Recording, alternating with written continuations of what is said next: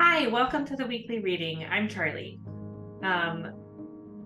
I'm so excited to be sharing these stories with you. Right now we're reading The Mastery of Love by Don Miguel Ruiz and Career Self-Care by Minda Zetlin. It has been an amazing adventure so far of growth and work for our personal and our business lives. So make sure you join us for Mindset Mondays as we talk about the weekly reading.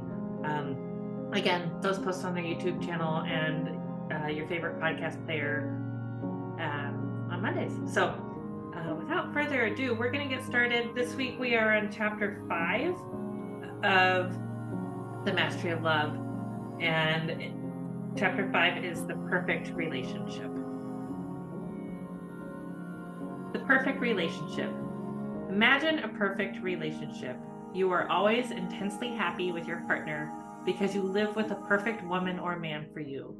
How would you describe your life with this person? Well, the way you relate with this person will be exactly the way you relate with a dog. A dog is a dog. It doesn't matter what you do, it's going to be a dog. You are not going to change a dog for a cat or a dog for a horse. It is what it is.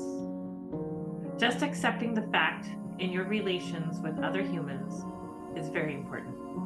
You cannot change other people. You love them the way they are, or you don't. You accept them the way they are, or you don't. You try to change them to fit what you want them to be. It's like trying to change a dog for a cat, or a cat for a horse. That is a fact. They are what they are. You are what you are. You dance or you don't dance. You need to be completely honest with yourself to say what you want. And see if you are willing to dance or not. You must understand this point because it is very important. When you truly understand, you are likely to see what is true about others and not just what you want to see. If you own a dog or a cat, think about how you relate to your pet.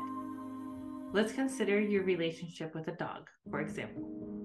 The animal knows how to have a perfect relationship with you. When your dog does something wrong, what do you do with your dog? A dog doesn't care what you do, it just loves you. It doesn't have any expectations. Isn't that wonderful? But what about your girlfriend, your boyfriend, your husband, or your wife? They have so many expectations, and they are changing all the time. The dog is responsible for its half of the relationship with you. One half of the relationship is completely normal, the dog's half. When you come home, it barks at you, it wags his tail, it pants because it is so happy to see you. It does its part very well, and you know it is the perfect dog. Your part is almost perfect also. You handle your responsibility. You feed your dog. You take care of your dog. You play with your dog. You love your dog unconditionally. You will do almost anything for your dog. You do your part perfectly, and your dog does its part perfectly. Most people can easily imagine this kind of relationship with their dog, but why not with a woman or with a man? Do you know any woman or any man who is not perfect? The dog is a dog, and that is okay with you. You don't need to be responsible for your dog to make it be a dog. The dog doesn't try to make you be a good human, a good master. Then why can't we allow a woman to be a woman or a man to be a man and love that human just the way he or she is without trying to change that person? Perhaps you are thinking, but what if I am not with the right woman or the right man? That is a very important question. Of course, you have to choose the right woman or the right man. And what is the right woman or right man? Someone who wants to go in the same direction as you do, someone who is compatible with your views and your values emotionally, physically, economically, spiritually. How do you know if your partner is right for you? Let's imagine that you are a man and a woman is going to choose you. If there are 100 women looking for a man and each will look at you as a possibility, for how many of these women will you be the right man? The answer is, you don't know. That is why you need to explore and take the risk. But I can tell you that the right woman for you is the woman you love just the way she is. The woman you don't have the need to change at all. That's the right woman for you. You are lucky if you find the right woman for you, and at the same time, you are the right man for her. You are going to be the right man for her if she loves you just the way you are and she doesn't want to change you. She doesn't have to be responsible for you. She can trust that you are going to be what you claim you are, what you project you are. She can be as honest as possible and project to you what she is. She will not come to you pretending to be something that you later discover she is not. The one who loves you just the way you are. Because if someone wants to change you, it means you are not what that person wants. Then why is she with you? You know, it's easy to love your dog because your dog doesn't have opinions about you. The dog loves you unconditionally. This is important. Then if your partner loves you just the way you are, it is just like the dog loves you. You can be yourself with your partner. You can be a man or you can be a woman just the way the dog can be a dog with you. When you meet a person just after the hello, she starts sending you information right away. She can hardly wait to share her dream with you. She opens herself even if she doesn't know she is doing it. It is so easy for you to see every person just the way she is. You don't need to lie to yourself. You can see what it is you are buying, and you either want it or you don't. But you cannot blame the other person for being a dog, or a cat, or a horse. If you want a dog, then why are you getting a cat? If you want a cat, why would you get a horse or a chicken? You know the kind of man or woman that you want? The one who makes your heart sing, the one who is aligned with the way you are, the one who loves you just as you are. Why set yourself up for something else? Why not get what you want? Why pretend to make someone fit what she is not? It doesn't mean you don't love her. It means you make a choice and say yes or no, because you love yourself also. You make a choice and you are responsible for your choices. Then if the choices are not working well, you do not blame yourself. You simply make another choice. But let's imagine that you get a dog and you love cats. You want your dog to behave like a cat, and you try to change the dog because it never says meow. What are you going to do? What are you doing with a dog? Get a cat. This is the only way to begin a great relationship. First, you have to know what you want, how you want it, when you want it. You have to know exactly what the needs of your body are, what the needs of your mind are, and what fits well with you. There are millions of men and women, and each one is unique. Some will make a good match for you, and some won't make a good match at all. You can love everyone, but to deal with a person on an everyday basis, you will need someone more closely aligned to you. That person doesn't need to be exactly like you. The two of you only need to be like a key in the lock, a match that works. You need to be honest with yourself and honest with everyone else. Project what you feel you really are, and don't pretend to be what you are not. It's as if you are in a market. You are going to sell yourself, and you are also going to buy. In order to buy, you want to see the quality of what you are going to get. But in order to sell, you need to show others what you are. It isn't about being better worse than someone else. It's about being what you are. If you see what you want, why not take a risk? But if you see it is not what you want, you know you are going to pay for it. Don't go around crying, "My lover abuses me," when it was so clear for you to see. Don't lie to yourself. Don't invent in people what is not there. This is the message. If you know what you want, you'll find it is better, just like your relationship with your dog, but better. See what is in front of you. Don't be blind or pretend to see what is not there. Don't deny what you see just to get the merchandise when that merchandise will not fit your needs. When you buy something you don't need, it ends up in the garage. It's the same in a relationship. Of course, it can take years for us to learn this painful lesson, but this is a good beginning. If you make a good beginning, the rest is going to be easier because you can be yourself. Perhaps you already have a certain amount of time invested in a relationship. If you choose to keep going, you can still have a new beginning by accepting and loving your partner just as she is. But first, you will need to take a step back. You have to accept yourself and love yourself just the way you are. Only by loving and accepting yourself the way you are can you truly be and express what you are. You are what you are, and that is all you are. You don't need to pretend to be something else. When you pretend to be what you are not, you are always going to fail. Once you accept yourself just the way you are, the next step is to accept your partner.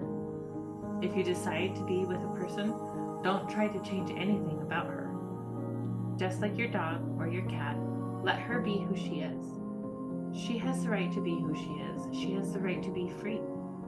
When you inhibit your partner's freedom, you inhibit your own because you have to be there to see what your partner is doing or not doing. And if you love yourself so much, you are never going to give up your personal freedom. Can you see the possibilities in a relationship offers? Explore the possibilities. Be yourself. Find a person who matches with you. Take the risk, but be honest. If it works, keep going. If it doesn't, then do yourself and your partner a favor. Walk away. Let her go. Don't be selfish. Give your partner the opportunity to find what she really wants, and at the same time, give yourself the opportunity. If it's not going to work, it is better to look in a different direction. If you cannot love your partner the way she is, someone else can love her just as she is. Don't waste your time, and don't waste your partner's time. This is respect. If you are the provider and your partner is the addict, and this is not what you want, perhaps you would be happier with someone else. But if you decide to be in that relationship, do your best. Do your best because you are the one who's going to reap the reward. If you can love your partner the way she is, if you can open your heart completely to your partner, you can reach heaven through your love. If you already have a cat and you want a dog, what can you do? You can start practicing from this point forward.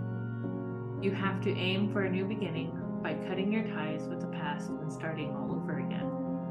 You don't have to have attachments to the past. All of us can change, and it can be for the better. This is a new beginning for you. Forgive whatever happened between you and your partner. Let it go because it was nothing but personal importance. It was nothing but misunderstanding. It was nothing but someone being hurt and trying to get even. It's not worth whatever happened in the past to spoil the possibility that you can reach heaven in a relationship. Have the courage to go for it 100% or let it go. Let go of the past and begin every day at a higher level of love. This will keep the fire alive and make your love grow even more. Of course, you need to look at what it means to have the good moments and the bad moments. If being emotionally or physically abused is a bad moment, I don't know if a couple should keep going. If a bad moment is that someone loses her job, something is wrong at work, or someone has an accident, that is another kind of bad moment. If the bad moments come from fear, if they come from a lack of respect, humiliation, or hatred, I don't know how many bad moments a couple can survive.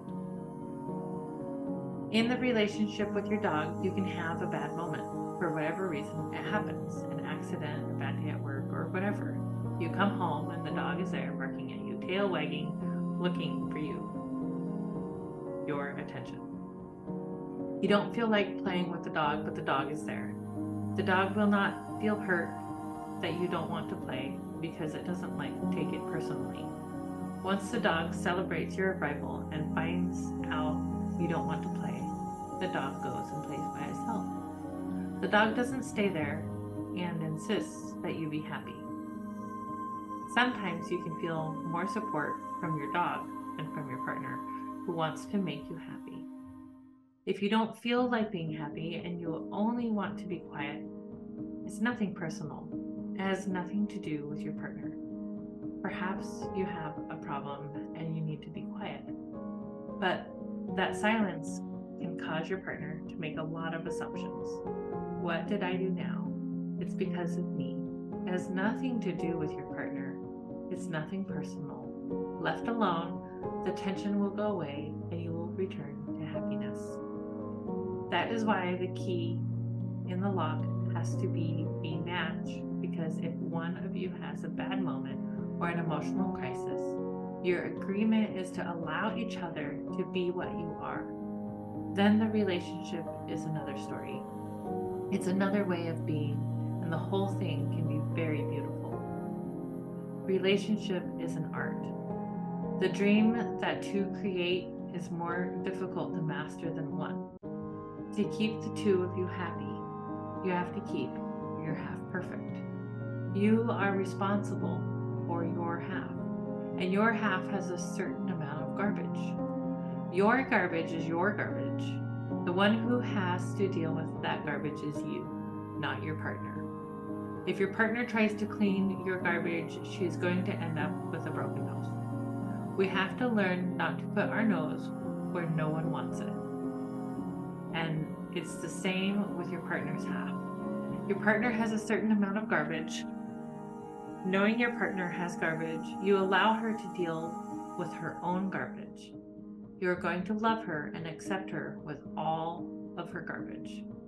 You are going to respect her garbage. You are not in the relationship to clean your partner's garbage. She's going to clean her own. Even if your partner asks for your help, you have the choice to say no. Saying no doesn't mean you don't love or accept your partner.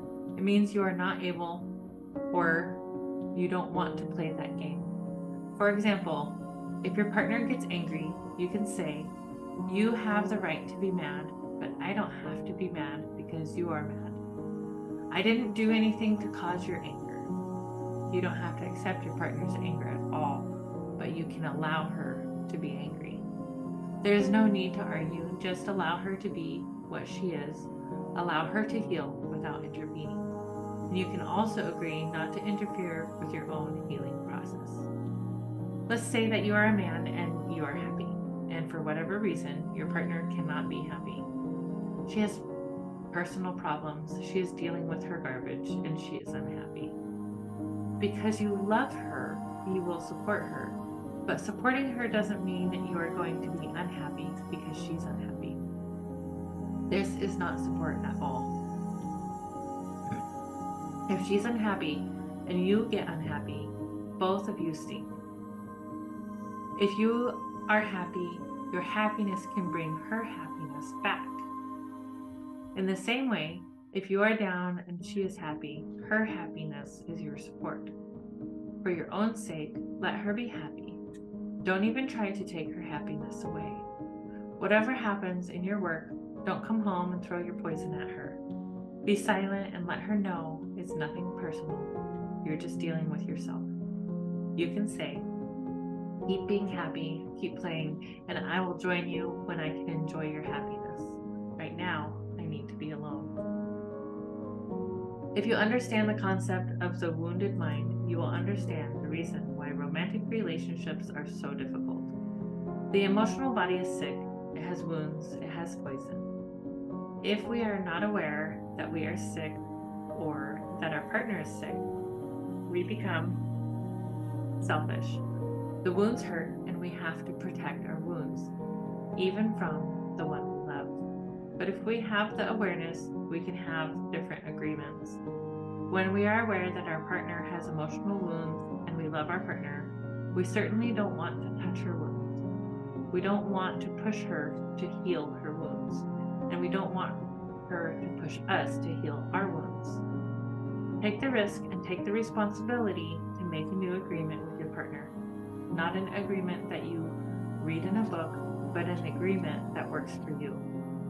If it doesn't work, change that agreement and create a new one. Use your imagination to explore new possibilities to create new agreements based on respect and love. Communication through respect and love is the whole key to keeping the love alive and never getting bored in your relationship. It's about finding your voice and stating your needs. It's about trusting yourself and trusting your partner. What you are going to share with your partner is not the garbage, but your love, your romance, your understanding. The goal is for the two of you to be happier and happier, and that calls for more and more love. You are the perfect man or woman, and your partner is a perfect human, just as the dog is the perfect dog. If you treat your partner with love and respect, who is going to get the benefit? No one else but you. Heal your half, and you are going to be happy. If you can heal that part of you, then you are going to be ready for a relationship without fear, without need. But remember, you can only heal your half.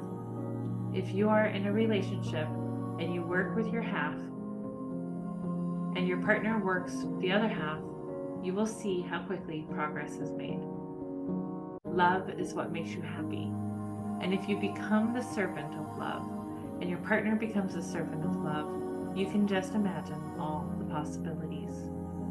The day will come when you can be with your partner with no guilt, no blame, no anger, and no sadness. The day will be wonderful when you can be completely open, only to share, only to serve, only to give your love.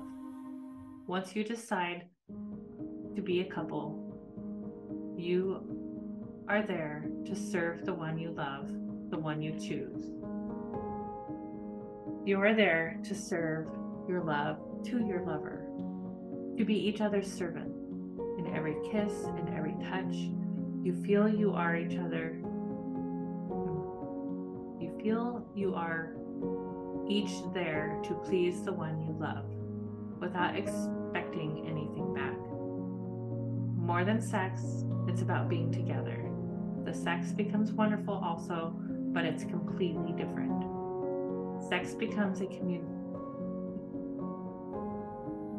Sex becomes a communion.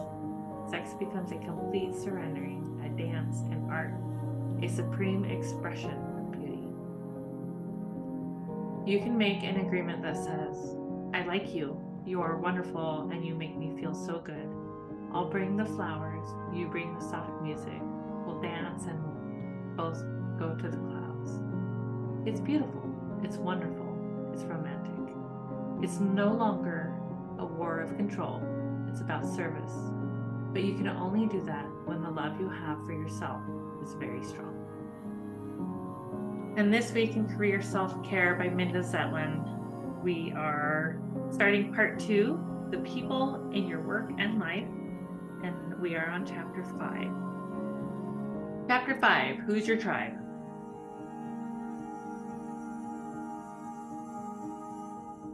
In 2005, National Geographic's Dan Buettner did some fascinating research on what he called blue zones, places where a surprisingly large percentage of the population lives to be over 100 years old. These places seem to be quite dissimilar. They included Okinawa in Japan, a Seventh-day Adventist enclave in California, and Sardinia, an Italian island northwest of Sicily. What did these desperate places have in common? Actually, quite a lot. Some of their similarities are things the medical profession has been telling us for many decades will help us live longer. For example, people in all these communities do a lot of walking and eat a lot of vegetables. But this may be Butner's most unexpected finding. The people in these places all live in tight-knit communities. The Okinawans actually organize themselves into small groups called mois. Moi translates as a group for common interest. The concept of the moi began as a way for the residents of a village to pool resources for the common good.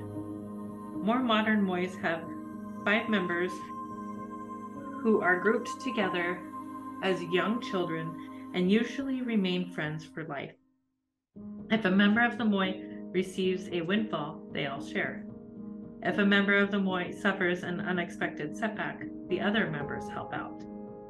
That sense of belonging and help and protection supports Okinawans for their entire lives, and it's one explanation why Okinawan women, most of whom belong to a moi, live 8 years longer than American women on average.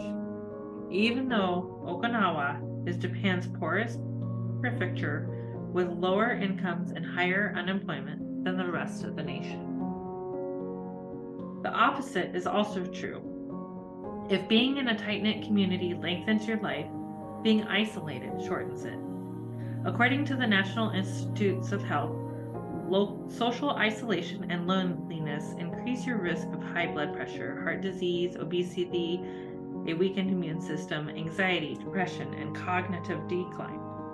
It's as if we evolved as a species to live longer when we're in a community, and maybe that's just what we did. According to the famed sociobiologist Edward O. Olson, early humans who lived in groups and cooperated to get things done had a huge advantage over non-cooperating humans and were thus much likelier to pass their genes along. It's only in recent times that many of us have formed the new habit of living alone and doing our own thing. And while that fits well with our ideals and individuality and self-reliance, it may not be good for our bodies or our souls. My mother came from the Philippines, leaving behind a large extended family of siblings, aunts, and uncles, and innumerable cousins. When one of her brothers died, another family member seemed to see it as a natural result of living alone since his wife had died and his children were grown, noting nobody to greet him when he came home, only the dog. We all need our own tribe. Community is deeply important for your physical and mental well-being. Depending on the community, it can also be really, really good for your career. In my own life and career, the most important community is the American Society of Journalists and Authors, a group of about 1,000 freelance nonfiction writers who are spread all over the United States and even in other countries, yet manage to work together on projects and have both friendships and business relationships that span geographies and decades. I'll never forget the first time I walked into the ballroom at a members-only ASJA meeting. There were hundreds of people in the room, and in some way, they all reminded me of me. They were all smart and articulate. They weren't shy about jumping in and talking to new people. And by that time, neither was I. It's what self-employed entrepreneurs have to do. Most of them didn't look especially athletic. I wasn't either. And most were somewhat frumpily dressed in baggy jackets and comfortable shoes of the sort that I was wearing too. I've found my tribe, I thought. It was a feeling I'd never had before. I'd have been very surprised if someone has told me that day that in time I would join the board of ASJA, serving there for 16 years, and that I would eventually become president of the whole group, or that nearly every good thing to happen in my career from that time on would come about either directly or indirectly through ASJA. But that's what happened, mainly because ASJA members are incredibly generous about sharing both contacts and inside information and helping each other succeed. It didn't really hit me until I started writing this chapter, but in its own non-Okinawan way, ASJA functions like a moai. Even though we all work in a very challenging industry where too many writers are chasing too few decently paying jobs, we share work opportunities with each other for the common good. ASJA members volunteer hundreds of hours putting on our conferences, serving on our committees or on our board, and doing mundane things like handing out conference badges and stuffing tote bags. We even have an emergency fund, which many of us contribute to, that provides small bailout grants to professional writers who've fallen on hard times. As much as I love ASJA, I know it's not unique. In every profession and every industry, in every geographic region, and often within companies, groups like this exist where people help each other solve problems, find better jobs, and provide each other with advice and moral support. It could be a trade group, a union, a professional association, or an alumni group. It could be organized around a shared ethnic background or sexual identity or religious affiliation. Groups for common interest exist everywhere in many different forms, and I absolutely guarantee there's at least one out there for you. It's well worth making the effort to find it. Should you create a mastermind group? Your group could even be a private club that you create for yourself. Not long ago, my coach, Wendy Kaplan, told me about something she calls mastermind groups. The concept is simple but powerful. You join or create a small group of people who are in the same profession and have some of the same objectives that you do. You meet once or on a regular basis to talk and share information and support each other's goals. Kaplan has been using mastermind groups as part of her own career since the 1980s, when she worked as a human resources executive. Wanting to learn more about her profession, she found 5 other HR executives in the tech industry, each of whom had at least 5 years' experience. They met at each of their workplaces, and whoever was hosting would either make a presentation or elicit the group's help to solve a thorny problem. Later, when she started her own business as a coach, she created a mastermind group of other independent coaches. When she described the concept to me, I realized that I've belonged to a few mastermind groups over the years, even though nobody called them that. The most important, most beneficial, and longest running was my writing group, The Glaring Omissions. We were all serious writers who met once every 3 weeks or so at each other's houses to critique the work of other members and to support their publishing dreams. We also held occasional public readings. Members were carefully chosen based on their writing and on an in-person meeting with existing group members. The group size fluctuated over the years, but was usually around 8 to 10 members. The Glaring Omissions met regularly during the 22 years that I lived in Woodstock, New York, and it kept right on meeting after I moved away. Many published books and long-lasting friendships resulted from that group. I've loved every mastermind group I've been in, and yet that doesn't make it easier to start one. I know, for example, that I could benefit from a mastermind group of successful public speakers, which is something I need to do more of and at a higher level. I know several very successful public speakers who could doubtless give me lots of good advice and might also enjoy sharing ideas with each other. And I've wondered if some of them would agree to join a mastermind meeting if I invited them. I've even made a list of potential mastermind members in my journal and put it in my planned tasks to invite them. And that's as far as I've gotten. One issue is that it's been a few years since I've done any serious speaking, and I wonder if I have anything useful to share. But that's a common worry, Kaplan says. In fact, when she started her mastermind group for executive coaches, she'd had her coaching business for 3 years, but she only invited others who'd been doing it for 5 years or longer. How did she make that work? Everybody knew I had the least amount of experience, she said. They didn't care.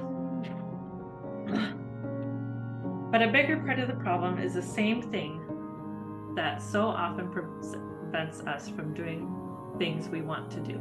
It's hard. Really, really hard to reach out to someone, even someone you know, let alone a stranger, and ask them to join you in an endeavor. A kind of squirmy shyness overtakes me every time I think about asking other people for help or participation. Even people who've already shown themselves quite willing to help me, and even though they might benefit too. This may be why members of Kaplan's coaching mastermind group were so willing to meet with her, even though she was less experienced than they were. They were probably flattered to be invited, but also glad to have someone else to do the difficult work of asking people to join, figuring out who would be in the group, and finding a mutually agreeable time for everyone. You may never have heard of the concept of mastermind groups, but I'm guessing there have been times when you wanted to ask those more experienced than you for guidance. Maybe you did it, or maybe you didn't because of fear. What if they said no? What if they said no in a hurtful way that made you want to curl up and die? Very few people actually do this, but when it does happen, we remember it forever and never stop fearing it will happen again. It's way too easy to let worries like this paralyze you. And if you do, you're missing out on one of the most powerful boosts you can give to your career and to the quality of your life. Creating a mastermind group is also a valuable opportunity to broaden your horizons. We so often tend to congregate with people who resemble ourselves in terms of age, ethnicity, background, political viewpoints, and sometimes gender. When you create your own mastermind group, you have the chance to change this dynamic and bring in people who are different from you and from each other. And there's plenty of research that clearly shows that having these more diverse viewpoints will increase your odds of success. The value of community. I spend a lot of time thinking about how to form a group or find a tribe because of the roles that solitude and isolation and community and connection have played in my own life. My parents were both immigrants, and although each had a large extended family, those families lived thousands of miles away. I grew up in a Manhattan apartment building where we didn't have any kind of neighborhood community. My father was Jewish, and my mother was raised Catholic, but there was no religious community in our lives either. You can see why joining ASJA more than a decade later felt like such a revelation. 5 years ago, my husband Bill and I decided to move all the way across the country from Woodstock to Snohomish, Washington. There were several reasons for this move, but community was one of the biggest. Snohomish was the central gathering point for a happy, jumbled, informal collective of more than 100 professional and semi-professional musicians who gathered several nights a week to play music, talk, hang out, and, this being the Pacific Northwest, drink craft beer. It was like some combination of a giant club and extended family and an extra-large band. Bill, an accomplished songwriter and guitarist, fit right in. Pretty soon, we were spending most of our free evenings with this group at open mics, performances, parties, and recording sessions. I remember more than once looking around at all these people, many of whom had become dear friends, and thinking that hanging out among them was much like being in a warm and wonderful bath. Then came the summer of 2016. The farmhouse we'd rented since we first arrived in Snohomish was put up for sale, along with its land, and an exorbitant price only to a developer only a developer could pay. We bought a more modestly priced house a bit farther out of town and prepared to move. At the same time, Bill's closest friend, whom he had known for more than 30 years, was dying of cancer. So we were spending most of our time in the hospital with him. Then I came down with a raging gum infection. I was told I needed surgery and that would put me more or less out of commission for 3 days. I sensibly decided to delay this until after moving day, but that plan proved unworkable because soon my mouth hurt so much that I couldn't think clearly enough to do much of anything. Meanwhile, we already owned the new house, along with its mortgage payments, and our rental was rapidly coming to an end. I don't know what to do, I told Bill. If I have the surgery now, we'll never be able to move in time. We have friends, Bill said, and he put out the call for help. And so it was that a few days later, as I lay on a sofa recuperating, a group of people came over, put all of our things in boxes, piled them into pickup trucks and vans, and drove them to our new home. Once I'd recovered, we threw the mother of all parties to thank everyone. Being part of a community can serve you in so many ways, some of which you may never have expected. If you follow only one piece of advice in this book, please let it be this. You need community to support you in both your career and your life. That need is literally encoded in your DNA. If you're already part of a community of like-minded professionals who help sustain and encourage you, then great.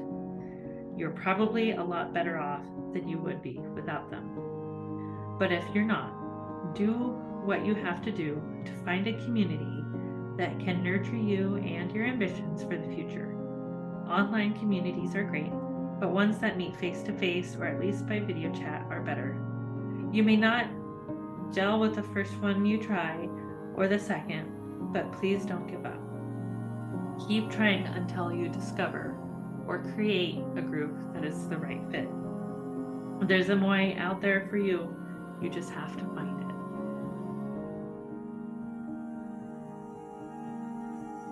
Exercises to try. 1.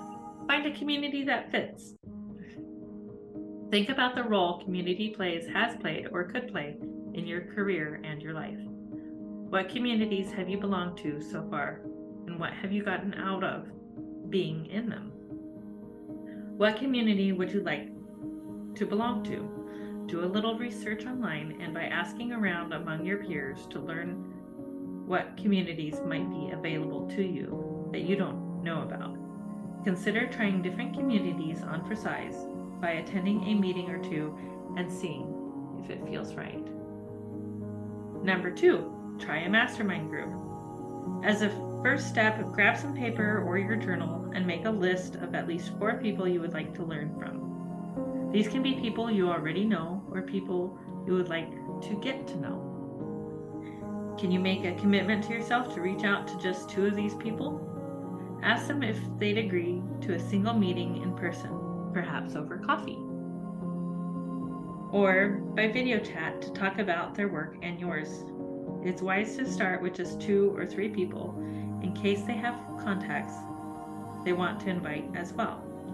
And inviting someone to a single meeting is asking for a smaller commitment than inviting them to join an ongoing group.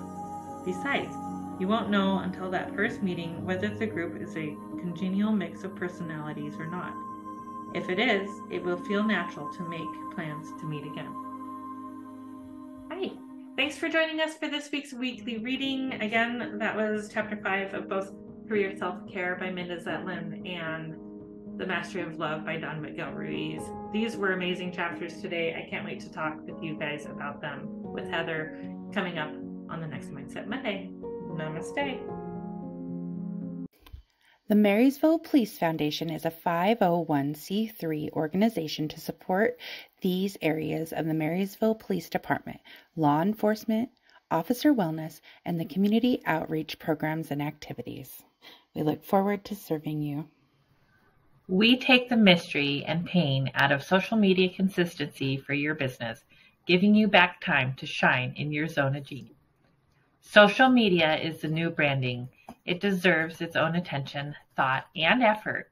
Yet so few businesses actually take this seriously and invest enough time on their strategy.